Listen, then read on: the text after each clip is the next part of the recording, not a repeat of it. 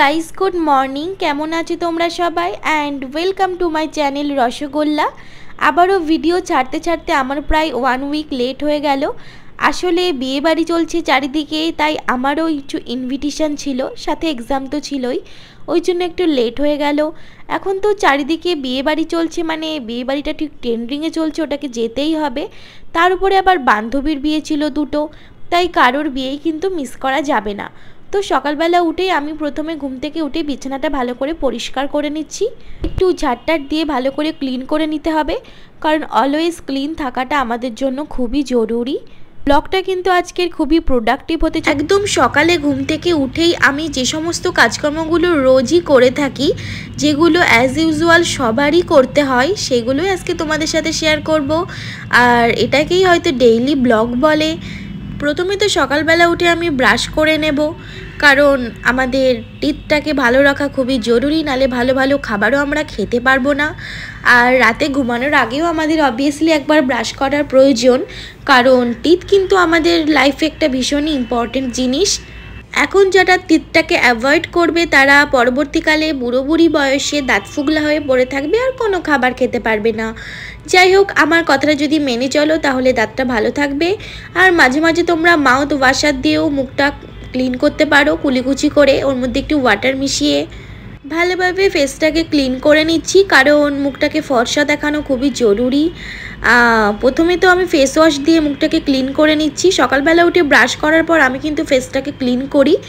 আসলে আমি সকালবেলা উঠে স্নানটা করে নিই, এরপরেই করে নিই, কারণ তারপর আমাকে বেরোতে হয়, ওই জন্য। এখানে আমি ইউজ করছি লোটাসের ফেস ওয়াশ, যেটা হোয়াইট গ্লো, মানে এটা ইউজ করলে তোমার মুখটা একদম গ্লো গ্লো হয়ে যাবে।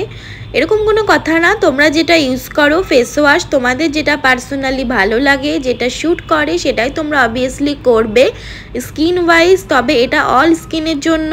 আর তোমরা চাইলে লোটাস হোয়াইট গ্লো ফেসিয়ালটা, মানে ফেস প্যাকটা ইউজ করতে পারো, ওটা খুব ভালো।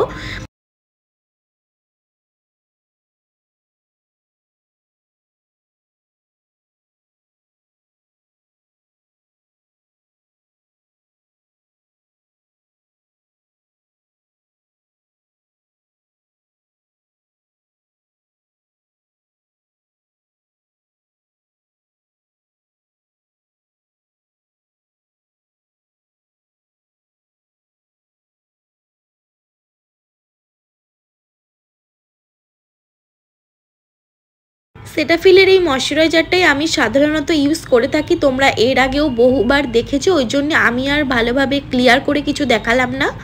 এটা খুবই আমার ফেসে ভালো করে অবজার্ভ হয়ে যায় স্কিনে, আর ভীষণই ভালো একটা গ্লো আসে সাথে। এটা কিন্তু একদমই স্কিনের জন্য খুবই পারফেক্ট। এরপর আমি তৈরি করব সকালের জন্য ব্রেকফাস্ট। আর ব্রেকফাস্টে আমি আজকে একটু চিড়ে জল খাবো, চিনি দিয়ে জল দিয়ে চিড়ে দিয়ে খাবো। অ্যাকচুয়ালি এখানে জ্যাগারি পাউডার ইউজ করব, এটাকে আমি রিসেন্টলি শপিং মল থেকে কিনে এনেছি।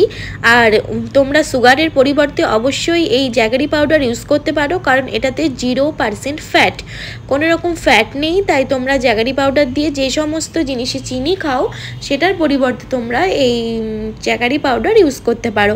এটাকে আমি কেটে এবার একটা কৌটোতে ঢেলে নিচ্ছি।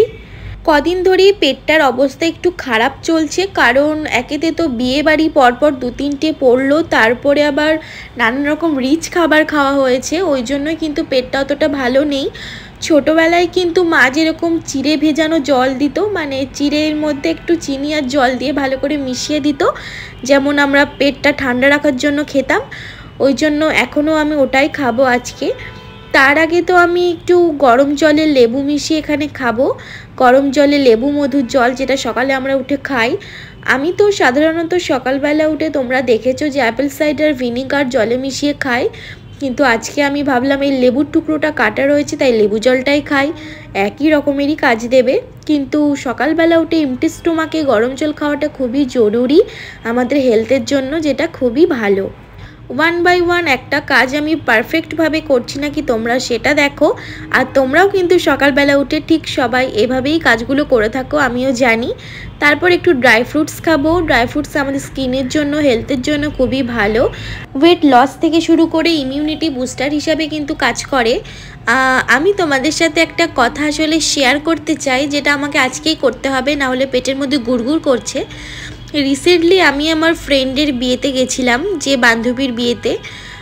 সেই বান্ধবী কিন্তু আমার কাছে আসলে অনেকেই জানতে চেয়েছো তোমরা কমেন্টে, ওদের কিন্তু লাভ ম্যারেজ ছিল।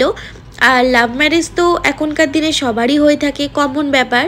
কিন্তু লাভ ম্যারেজও কিন্তু তোমার ভালোভাবে থাকবে নাকি সেটাও কিন্তু তোমার যাচাই করে নেওয়া উচিত।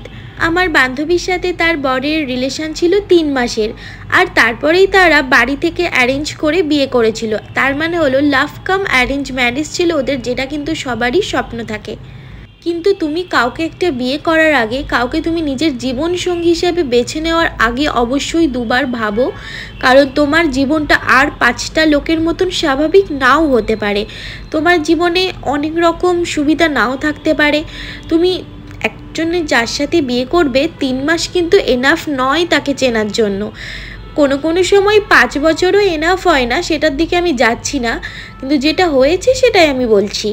3 মাসও এনাফ নয়। তার মানে হলো ও বিয়ে করার জাস্ট 10 দিনের মাথায় কিন্তু ওর হাজব্যান্ড ওর সাথে খুবই বাজে বিহেভিয়ার করে আর ওকে মারে অবধি। মানে তোমরা জাস্ট ভাবো, যাকে তোমরা ভরসা করে নিজের মা বাবাকে ছেড়ে আর পরিবার পরিজন সবার ভালোবাসা ছেড়ে যার কাছে গিয়ে তুমি থাকার জন্য উঠছো, যার বাড়িতে, সে যদি তোমার গায়ে হাত দেয় তাহলে কতটা পরিমাণে খারাপ লাগে। একটা মেয়ে কিন্তু অনেকটা শখ করেই তার শ্বশুরবাড়িতে যায়, সেখানে গিয়ে ঘর সংসার করবে, বরের আদর ভালোবাসা পাবে, ওই জন্যই তো। কিন্তু সেটার থেকে যদি সে বঞ্চিত হয় আর এরকম যদি তার কপালটা হয়, তাহলে তো আর কিছু বলারই থাকে না। তাই আমি তোমাদেরকে একটাই কথা বলবো, যে তোমরা অবশ্যই, এখন তো বিয়ের সিজন চলছে, যদি আবেগের বশে কেউ বিয়ে করে নাও, তাই আমি আগের থেকেই বলে দিচ্ছি অবশ্যই তোমরা যাচাই করে নিও, ঠিক আছে? তো এর মধ্যে অনেক কিছু দেখানো হয়ে গেছে, গল্প করতে করতে আমার ব্রেকফাস্ট হয়ে গেছে। এবার আমি একটা বেদানা ছাড়িয়ে নিচ্ছি। বেদানা খাওয়া তো শরীরের পক্ষে খুবই খুবই ইম্পর্টেন্ট, তোমরা জানো। তোমাদের যাদের ব্লাড কম তারা কিন্তু অবশ্যই তোমরা এই বেদানা খেতে পারো। অ্যাকচুয়ালি আমার বান্ধবী আমাকে 2-3 দিন আগে ফোন করেছিল, আর আমি খোঁজ নিচ্ছিলাম, কী রে কেমন এনজয় করছিস তোর শ্বশুরবাড়ি। আর ও আমাকে জানালো যে এই দুঃসংবাদ দিল, যেটা আমি একদমই আশা করিনি, মানে একদমই এক্সপেক্ট করিনি। আর শুনে তো আমি হাঁ করে মানে হতভম্ব হয়ে গেছিলাম, যে মানুষটা এতটা ভালো যাকে মনে করেছিলাম সে কিনা এরকম। সে আমার বান্ধবীকে বলল যে তুমি তোমার ইচ্ছা মতন বয়ফ্রেন্ড রাখো, আমি আমার ইচ্ছা মতন গার্লফ্রেন্ড রাখি। মানে এটা তো লাইক সিনেমার মতন হয়ে গেছে একদম। ও আমাকে কিছুই বলতে আসলে চায়নি, কেউই তার দুঃসংবাদ মানে তার এই দুঃখের সময়ের খবরটা কিন্তু সহজে কাউকে দিতে চায় না, কিন্তু অনেকটা আমাকে কাছের মনে করেছে, ওই জন্যই হয়তো আমার সাথে শেয়ার করেছে। যা শুনে সর্বপ্রথম আমাদের তো এটাই মনে হয়, যদি এই ঘটনাটা আমার সাথে হতো তাহলে কি করতাম। সবার এটার আগে এটাই মনে হয় যে ঘটনাটা ওর সাথে হয়েছে, আমার সাথে হলে কি করতাম জানি না। তো তোমরা একটুখানি কেয়ারফুলি সব কিছু হ্যান্ডেল করো। আমি এখন ডালিমটা খেয়ে নিচ্ছি, এখন বাজে সকাল 11টা। তাহলে তোমরা এভাবেই পরপর নিজেদের কাজগুলো করবে, আর যত কাজ করবে তত তোমরা মোটিভেট হবে পরবর্তী কাজের জন্য।